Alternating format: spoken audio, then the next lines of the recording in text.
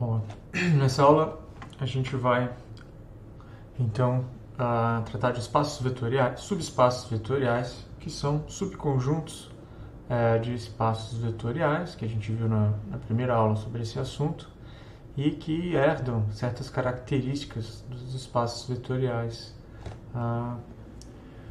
de onde eles vivem, né? Então eu vou começar com um exemplo bem simples.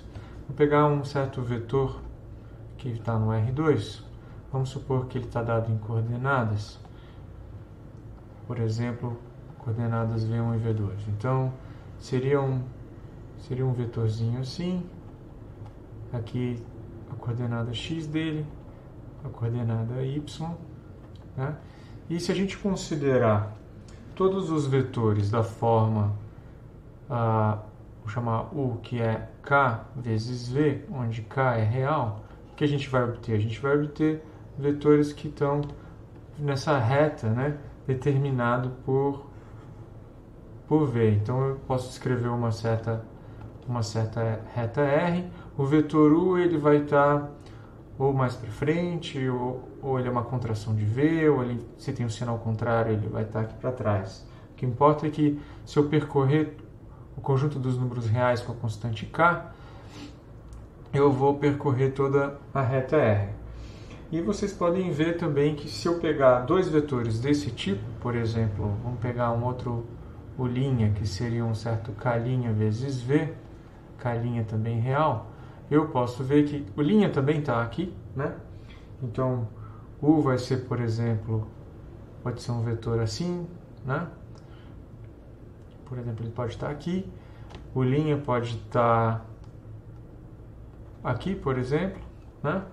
E quando eu somar esses dois vetores, eu vejo que eles também estão na reta. Então, todos os vetores desse tipo, né, tanto múltiplos de V quanto certas somas, né, de múltiplos de V, vão pertencer à reta, né? Ou seja, qualquer vetor na reta que eu pegar e multiplicar por uma constante, vai permanecer na reta. E se eu pegar quaisquer dois vetores na reta e os somar, eu obtenho um terceiro vetor que também vive na reta. Então, usando a linguagem que a gente introduziu no contexto de espaços vetoriais, eu estou dizendo basicamente que os vetores dessa reta são fechados em relação à operação de soma de vetores e à operação de multiplicação por escalar. Tanto a operação de soma quanto a operação de multiplicação por escalar são operações que estão definidas aqui no R2, que a gente sabe que é um espaço vetorial, satisfaz todos os axiomas, né, de espaço vetorial. E se a gente usa essas operações usuais de soma de vetores e multiplicação por escalar do R2 na reta, ou seja, nesse subconjunto do R2, que é essa reta, a reta passa a se comportar também como um espaço vetorial. Então ela herda a estrutura de espaço vetorial do espaço maior onde ela vive, que é o R2. Então a gente pode dizer que a reta, essa reta R, é um espaço vetorial. Pelo menos é o que está aparecendo, né, intuitivamente. É um subespaço do R2, porque ela é um subconjunto do R2. Mas, em geral, o que um subconjunto, né? Vamos pensar assim, se eu tenho um espaço vetorial, V, dado V, espaço vetorial. O que precisa acontecer, né, para que um certo subconjunto, vamos dizer, W de V, é espaço vetorial também, né? Quando é que W vai ser um espaço vetorial? Bom, aí a gente poderia pensar o seguinte, ora, basta que ele satisfaça todos os axiomas, né, de espaços vetoriais. Se W satisfizer todos esses axiomas, ele é um espaço vetorial por direito. Isso é verdade, mas como ele vive dentro de um espaço vetorial, né, W é um subconjunto, como é o caso aqui da reta, a verificação dos axiomas é muito mais simples, porque na prática todos os axiomas vão ser aqueles axiomas de multiplicação por escalar, ou que envolvem operações de associatividade, comutatividade, na soma, já são automaticamente satisfeitos, já que essas operações continuam tendo essas propriedades quando aplicadas no subespaço. Elas funcionam assim no espaço maior, elas vão funcionar assim no espaço menor. Então, a gente não precisa verificar todos os axiomas, basta que a gente verifique 2. Então, esse é o conteúdo desse teorema. Então, um teorema para subespaços, o que vai garantir para a gente que a gente só precisa, de fato, verificar os 2 axiomas de fecho, que foi o que eu fiz aqui acima, né, para garantir que um certo subconjunto seja subespaço vetorial. E esse teorema diz basicamente o seguinte, né, se você tem, né, um certo subconjunto não vazio de um certo espaço vetorial V, então do espaço vetorial V, então W é um espaço vetorial,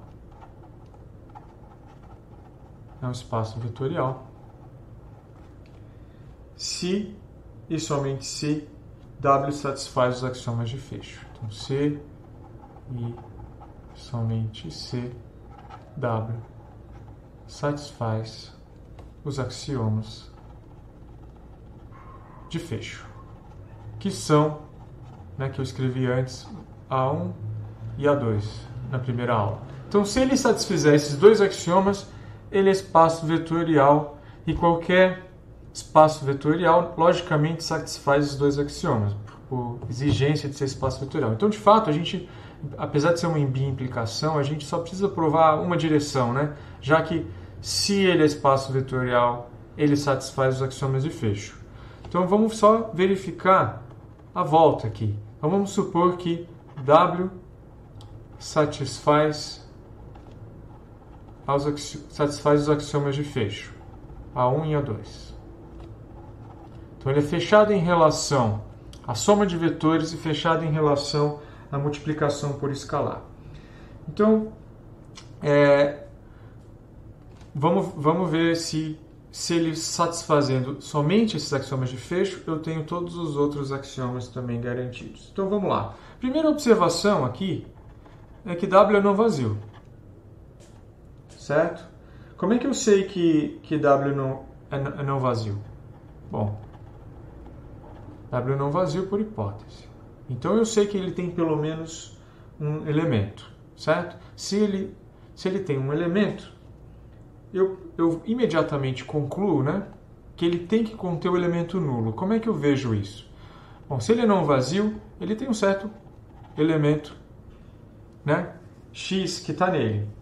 Bom, eu sei que ele é fechado em relação à multiplicação por escalar. Né? Então, por A2, né,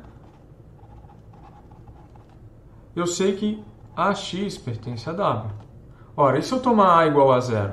Mas se A igual a 0, lembram de uma consequência anterior dos axiomas? Eu vou ter o seguinte, 0 vezes x pertence a W.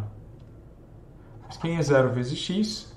Ora, logo, né, como, escrevo assim, como 0 vezes x para qualquer x é igual a 0, coisa que a gente provou, então o número 0 vezes o vetor x é igual ao vetor 0, nesse espaço, o vetor nulo.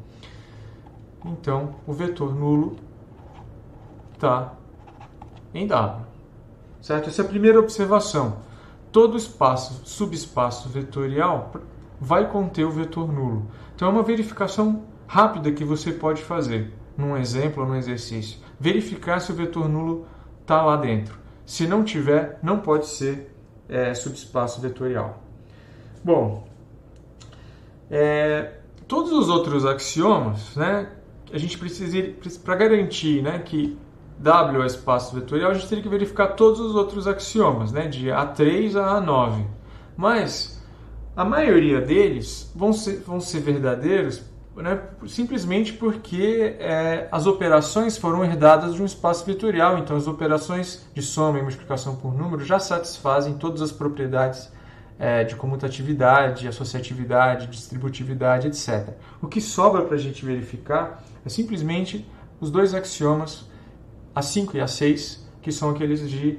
o A5 é sobre a existência do elemento nulo, né? E o A6 é do oposto. Então aqui a gente já viu que o elemento nulo está em W, né? A gente está de fato, já tem o axioma 5. Falta verificar o axioma 6, né? Como é que a gente vê isso? Bom, a gente pode fazer o seguinte, usar a mesma ideia. Se eu pegar agora, então vamos escrever assim, logo A5 é satisfeito. Ele contém o vetor nulo, não é?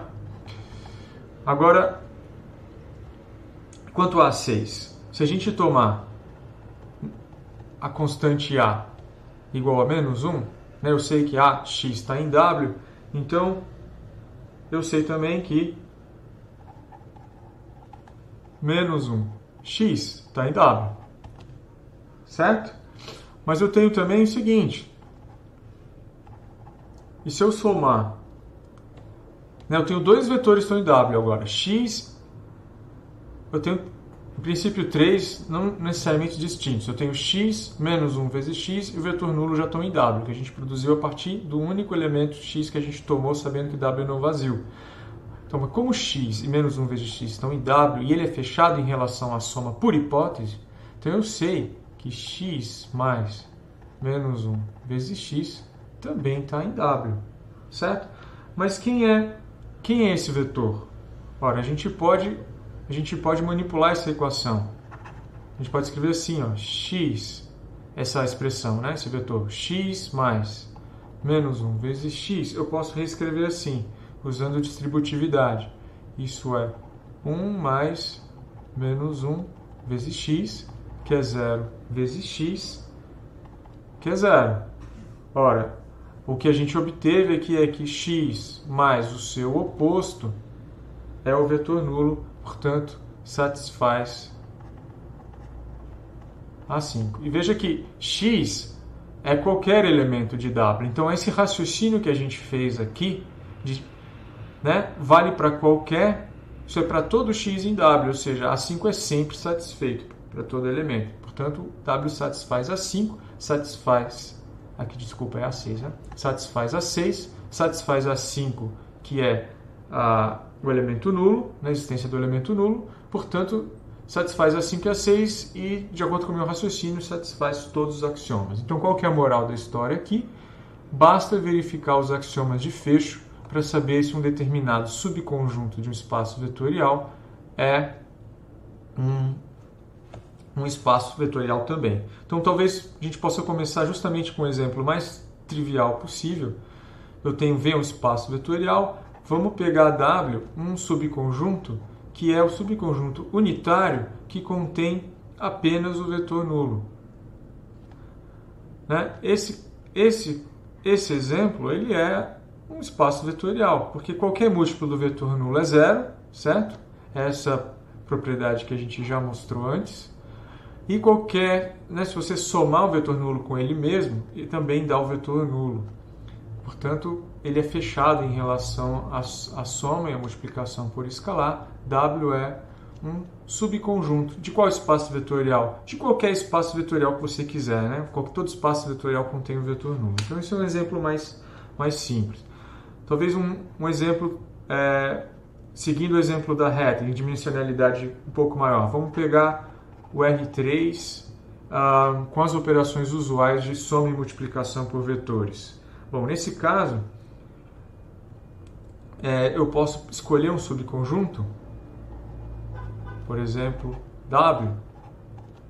W é um plano passando pela origem. Então, seria um plano que passa pela origem, certo? Aqui eu posso escrever, né? Eu vou tentar, se eu pegar, por exemplo, um plano esse é o meu espaço W, aqui está os eixos coordenados do R3, tá? Então ele está lá dentro, e aqui a origem, né, está em W, né? Então a origem do sistema do R3, né, o vetor nulo em coordenadas é essa tripla de números, né? E ele está em W. Então, a primeira verificação que a gente faz, tá? Ok, o vetor nulo está lá. A gente teria que verificar que se eu pegar um vetor qualquer, né? Pega um ponto qualquer no plano, ele tá... Você pode tentar de novo? Ele também está em W, certo? Então, se você pegar qualquer vetor aqui, o múltiplo dele também vai estar em W.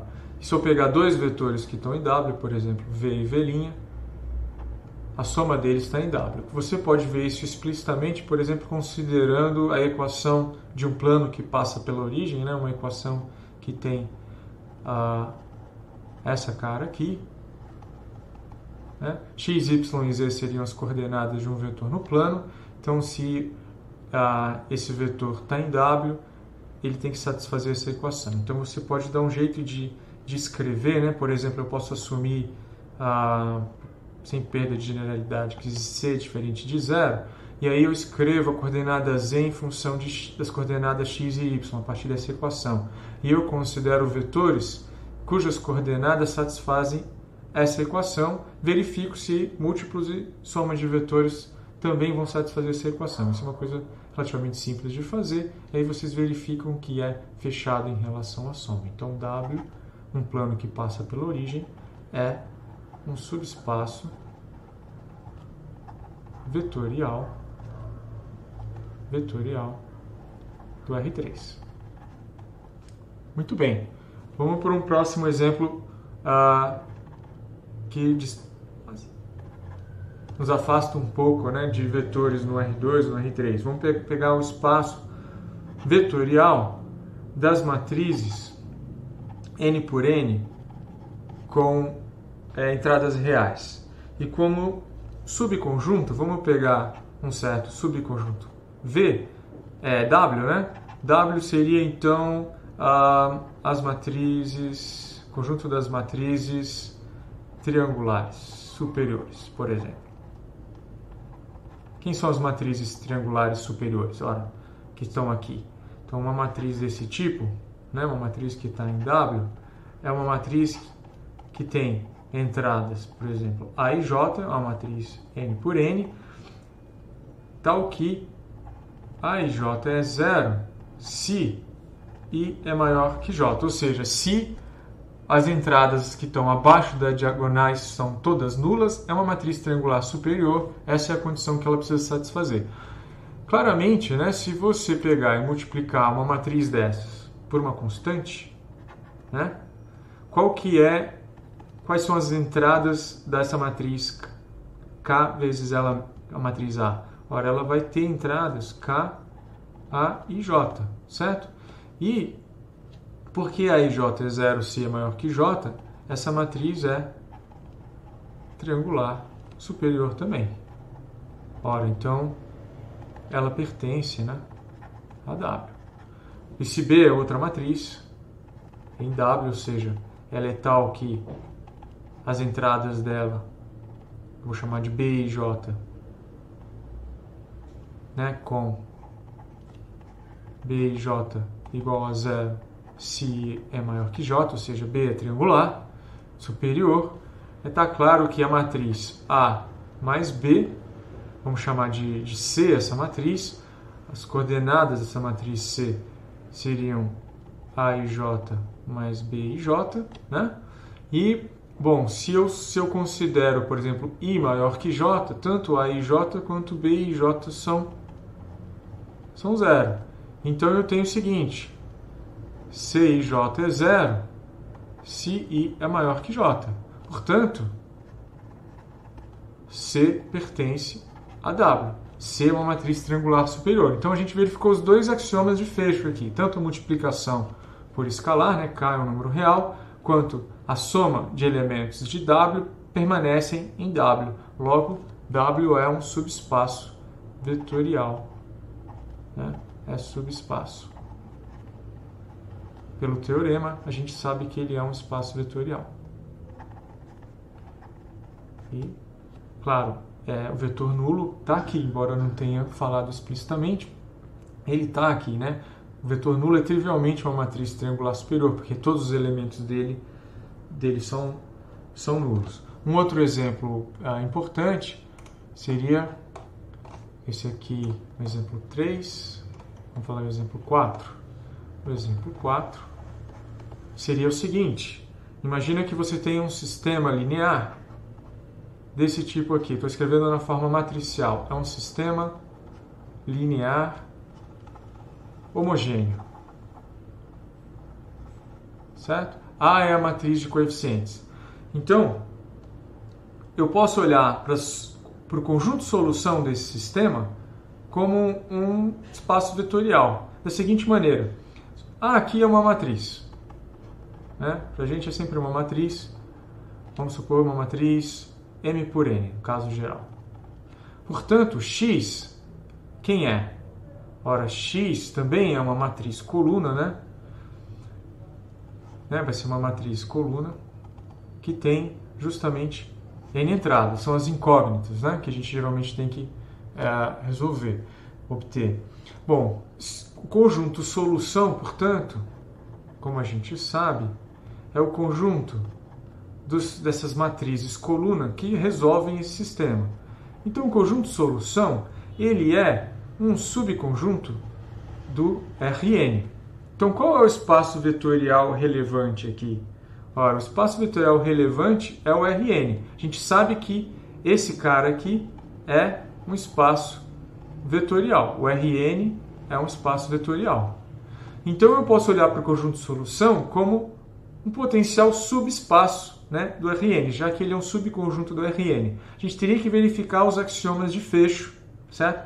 Imediatamente eu vejo que o vetor nulo está lá dentro, né? Se eu considerar todas as entradas iguais a zero aqui, o vetor x como sendo o vetor nulo no Rn, a vezes o vetor nulo vai dar zero, vai dar o vetor nulo de novo. Então eu sei que o vetor nulo está lá dentro. Essa é a primeira verificação que eu faço. Então, zero está no conjunto solução.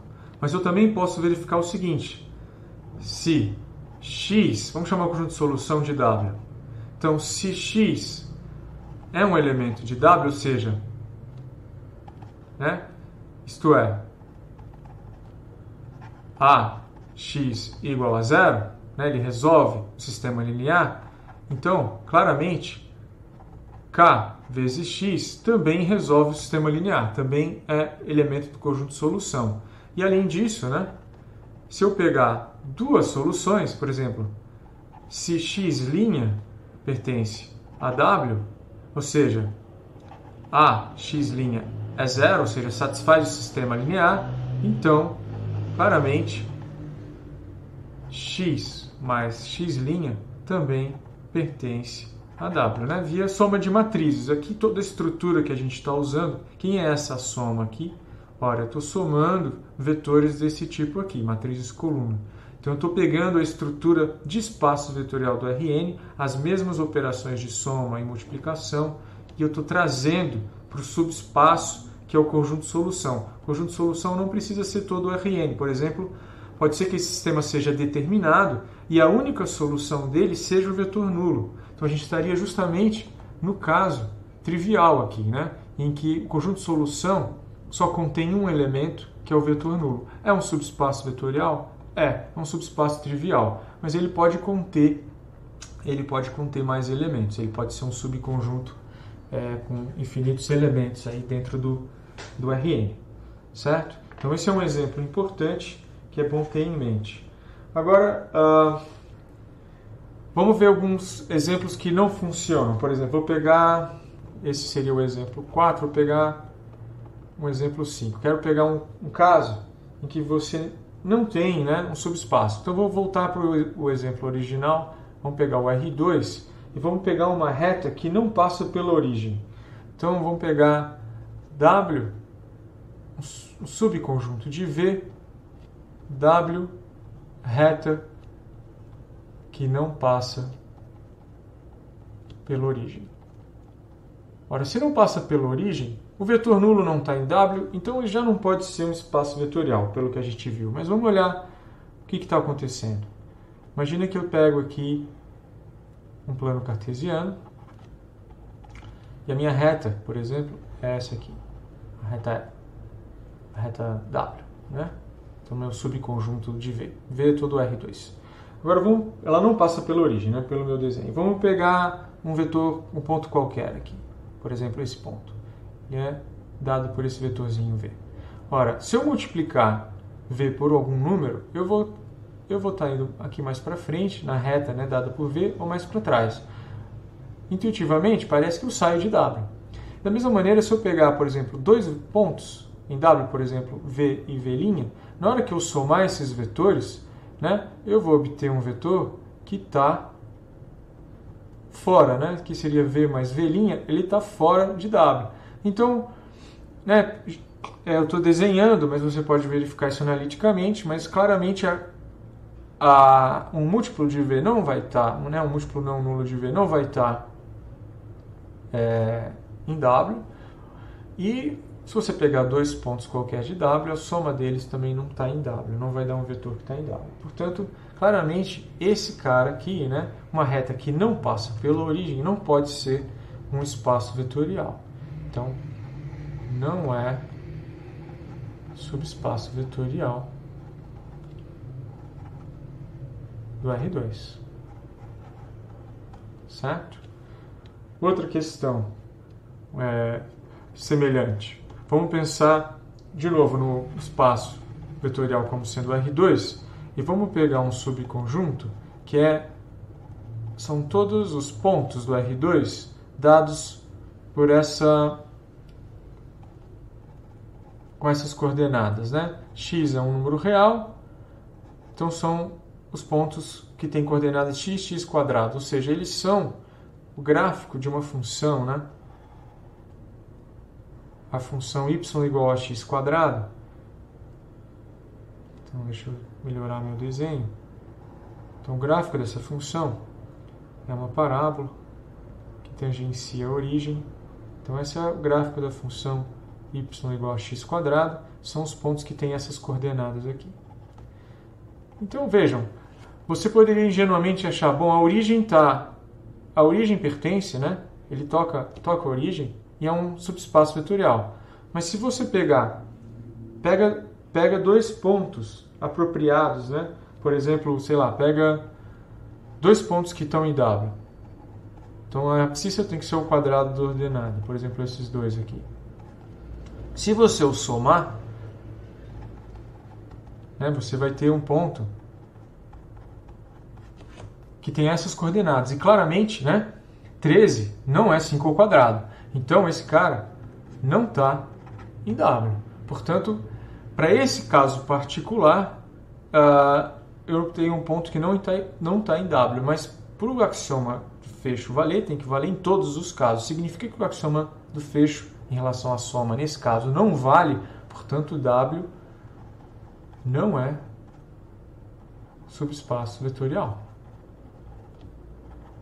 Certo? Então, não basta, né, você bater o olho e falar que a origem está lá, então é espaço vetorial. Não, você precisa mesmo verificar os axiomas de fecho.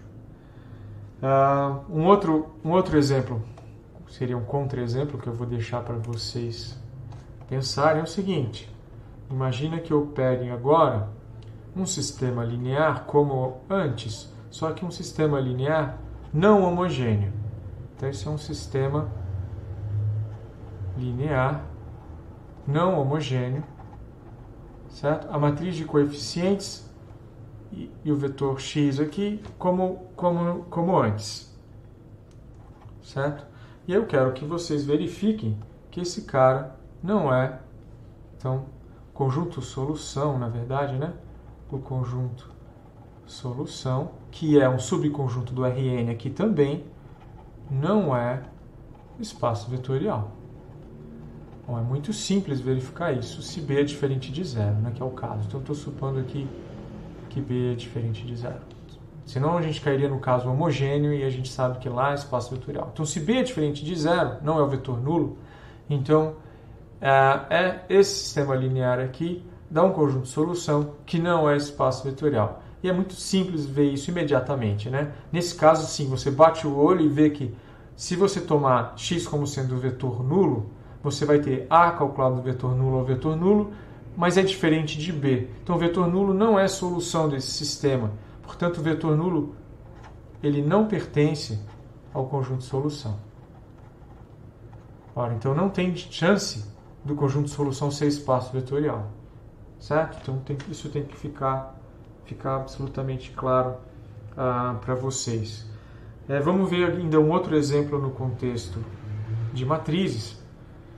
Por exemplo, vou pegar, para simplificar, eu vou pegar o conjunto das matrizes 2 por 2 reais. Tá?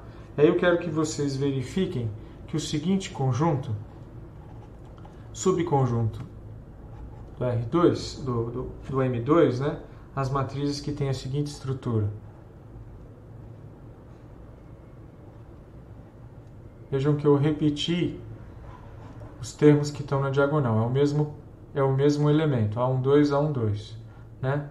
Com entradas reais.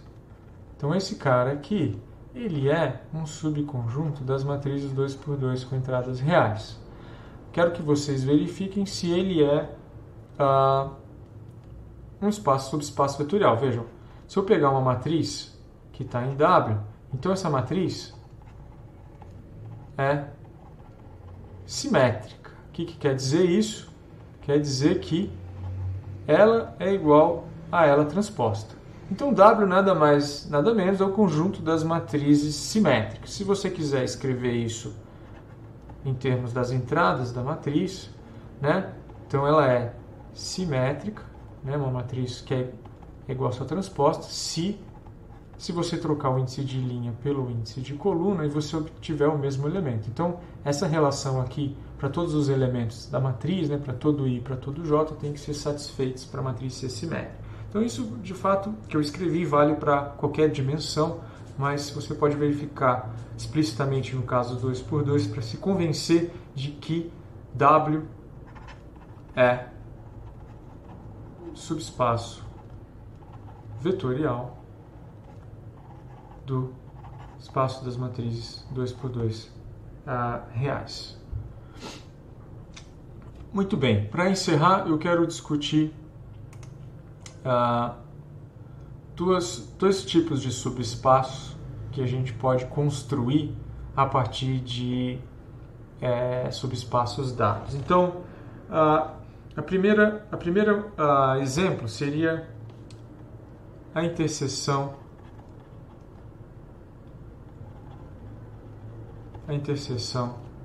de subespaços vetoriais. Então, suponha que eu tenho um espaço vetorial V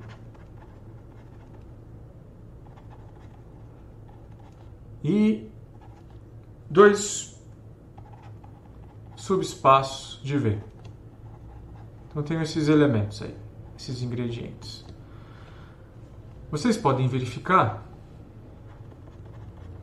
que a interseção desses subespaços também é subespaço de V. Então, essa é uma maneira de construir novos subespaços a partir de subespaços dados. Claramente, ele é não vazio, né? Porque, como W1 e W2 são subespaços, eles são não vazios, eles contêm pelo menos o vetor nulo, e a interseção deles vai conter o vetor nulo. Então, vocês podem verificar os axiomas de fecho aqui para justificar essa afirmação. Isso não é difícil de fazer. Eu vou dar, por exemplo, um exemplo no espaço das matrizes. Vou pegar como espaço vetorial as matrizes de ordem n, com entradas reais, e vamos pegar W1, as matrizes triangulares superiores. Vamos pegar, que a gente sabe que é subespaço vetorial, e vamos pegar W2, as matrizes triangulares inferiores. Então, com um argumento semelhante, a gente mostra que W2 é um subespaço de V. A minha questão agora é que W1 interseção com W2 também é subespaço de V. Como é que a gente pode ver isso de maneira elementar? A gente pode, por exemplo, considerar, explicitamente quem é esse espaço, quem é esse conjunto, W1 interseção W2. Então eu estou pegando as matrizes triangulares superiores, aquelas cujos elementos não nulos estão na diagonal e acima dela, e W2 são as matrizes cujos elementos não nulos estão na diagonal e abaixo dela. Então, quem é W1 interseção W2? Ora, esse é o conjunto das matrizes diagonais. Então, são as matrizes cujos únicos elementos, matrizes diagonais D. Como é que seria uma matriz diagonal D? Vamos escrever D com os elementos Dzinho e J. Então, eu sei que D é diagonal, sei somente C, D e J igual a 0, se I diferente de J. Ou seja, se está fora da diagonal, o elemento D e J é 0. Os únicos elementos possivelmente não nulos são aqueles que estão na diagonal. O vetor nulo claramente é diagonal, claro, porque tudo que está fora da diagonal dele é nulo. Mas vocês podem ver que esse conjunto aqui, ele é fechado em relação à soma de matrizes e à multiplicação por número, explicitamente. Então, D, o espaço D, olhando para ele como subconjunto do espaço vetorial V, ele é um subespaço, certo? Isso a gente acabou de fazer a demonstração com palavras. Ele é fechado em relação à soma. Mas D também é a interseção desse espaço. Então, esse é um exemplo, A gente está vendo que a interseção desses dois subespaços dá um espaço vetorial D. Esse é um jeito de construir novos espaços vetoriais. Um outro jeito seria somando espaços vetoriais. Então, por exemplo, imagina que eu vou pegar aqui o R2, tá? E vamos pegar dois subespaços. Então, aqui W1 vai ser o eixo X, é uma reta que passa pela origem, Então é um espaço vetorial. E W2 é o eixo Y, também é uma reta que passa pela origem, portanto é subespaço vetorial do R2. Então vamos lá. Eu tenho aqui o meu eixo cartesiano, aqui está W2, aqui está W1, o eixo X e o eixo Y. Bom, será que... Bom, eu sei, vamos só olhar no caso da interseção. São subespaços vetoriais, a interseção também tem que ser. A interseção, claramente, aqui é trivial. Então, é um espaço vetorial porque só contém o vetor nulo. Mas será que se eu tomar a união, eu vou ter um espaço vetorial? O que seria a união desses dois conjuntos? Ora, a união desses dois conjuntos são conjuntos de pontos que está ou em W2 ou em W1. Então, são os vetores do tipo, por exemplo, eu posso pegar o versor aqui I, esse é o versor J, então são os vetores da forma K vezes I, certo? Então, nesse conjunto, com K real, união com os vetores da forma K vezes versor J, K real. Então, são os que estão em W1 ou em W2. Claramente, um vetor que é da forma, por exemplo, vamos pensar assim, K vezes I mais L vezes J, ou seja, K vezes I está aqui, L vezes J está aqui. Se eu somar esses vetores, eu vou obter um vetor que está aqui. Esse é K vezes I mais L vezes J. Ora, esse cara não está nem em W1 nem em W2. Então, ele não pertence, à união entre W1 e W2. Então, claramente, tomar a união não dá para a gente um espaço vetorial. Mas existe uma maneira de fazer isso, que é através da soma de subespaços. Então, basicamente, o que você tem? Você tem um espaço vetorial V, você tem W1 e W2 subespaços, e você considera o seguinte subconjunto de V.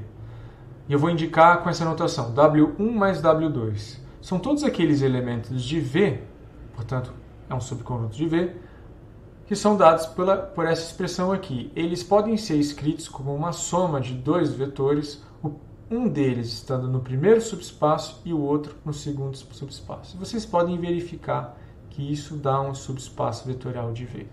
Existe uma situação especial quando W1 e W2 têm interseção um único elemento, o vetor nulo. Nesse caso, a gente vai escrever essa soma dessa forma, com esse símbolo aqui, um mais com uma bolinha em volta, para indicar que essa não é qualquer soma, é uma soma direta, é um espaço vetorial obtido via soma de subespaços, mas esses subespaços satisfazem essa condição aqui. E a gente vai ver que a soma direta tem certas propriedades especiais mais para frente. Muito bem, deixa eu dar um exemplo, só para fixar as ideias. Vamos pensar, por exemplo, num espaço vetorial dado pelas matrizes de ordem 2 reais. E eu vou tomar como subespaços os seguintes conjuntos. Então, as matrizes cuja primeira linha são não nulas. Então, claramente, W1 é um subespaço de V. W2 seria, então, as matrizes 2 por 2, cuja primeira linha é nula ou a segunda linha não nula. Então, aqui C e D reais. Ora, quem é o conjunto? W1 e W2 são subespaços, mas quem é o conjunto W1 mais W2? Ora, W1 mais W2 são os elementos que podem ser escritos dessa forma aqui, né? Ora, eu posso escrever qualquer matriz, né? Vamos pensar assim, qualquer matriz, pega uma matriz A em V. Então, é uma matriz assim, tem essa cara, certo? Esse é um elemento genérico de V. Eu posso escrever dessa forma aqui, como sendo um elemento em W1 mais um elemento de W2. Então, qualquer que seja a matriz, 2 por 2, ela vai escrever como uma soma desse tipo. Um elemento em W1 e outro elemento em W2. Isso está me dizendo que esse espaço, W1 mais W2, é todo o espaço vetorial V, certo? E também, mais do que isso, se eu tomar a interseção entre eles, ou seja, quais são as matrizes que estão em W1 e estão em W2, ou seja, que tem a segunda linha igual a zero e a primeira linha igual a zero. Ora, só pode ser a matriz nula. É o único elemento. Então, de fato, né, eu tenho que V se escreve como uma soma direta desses dois subespaços, certo? Isso também vai ser relevante mais para frente, quando a gente estiver discutindo soma direta em outros contextos.